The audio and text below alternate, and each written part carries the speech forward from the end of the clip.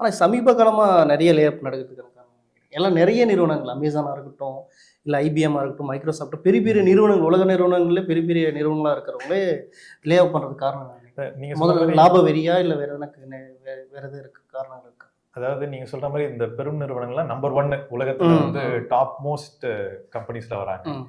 இவங்கள் வேலையை விட்டு தூக்குறதுன்றது வந்து புதுசு கிடையாது. தமிழ்நாட்டிலேயோ இந்தியாலேயோ வேலையை விட்டு தூக்குறதுன்ற புதுசு கிடையாது. ஈஸ் ஆஃப் டூயிங் பிஸ்னஸ் அப்படின்ற குறியீட்டுக்காக எனக்கு தேவைப்பட்டால், நிறுவனத்துக்கு தேவைப்பட்டால் ஒரு செக்ஷனை நான் வெளியில அனுப்புவேன், அது என்னோட உரிமை அப்படின்னு வந்து நிறுவனங்கள் பேசுறாங்க. அந்த நிறுவனங்கள் பேசுற உரிமை, ஆமா இவங்களுக்கு உரிமை இருக்குன்னு சொல்லிட்டு அரசு வந்து அலோவ் பண்ணுது. இந்த ஜாப் செக்யூரிட்டி இல்லாத ஒரு சூழலை அரசு உருவாக்குது, அதை இவங்க எக்ஸ்ப்ளாய்ட் பண்ணிக்கிறாங்க. இவங்க ஏன் வந்து அடிக்கடி வேலையை விட்டு தூக்குறாங்க அப்படின்னா, ஐடி துறை எல்லா துறைக்கும் ஆட்டோமேஷன் பண்ணுது. ஸோ நான் வந்து மேனுஃபேக்சரிங் பண்ணுவேன், நான் வந்து பேங்க்குக்கு பண்ணுவேன், நான் வந்து ஹெல்த் கேருக்கு பண்ணுவேன், இப்படி உலகத்தில் இருக்க எல்லா துறைக்கும் நான் பண்ணும்போது ஆட்டோமேட் பண்ணுறதுனால வேலை இழப்பு ஏற்படுது.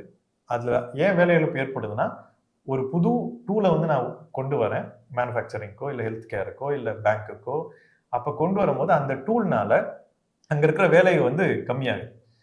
நான் மேனுஃபேக்சரிங்க்கு ஒரு டூல் கொண்டு வரதுக்கு முன்னாடி முதல்ல எங்கே இம்ப்ளிமெண்ட் ஆகும்னா, என்னுடைய ஆஃபீஸில் ஐடி கம்பெனிஸில் இம்ப்ளிமெண்ட் ஆகும்.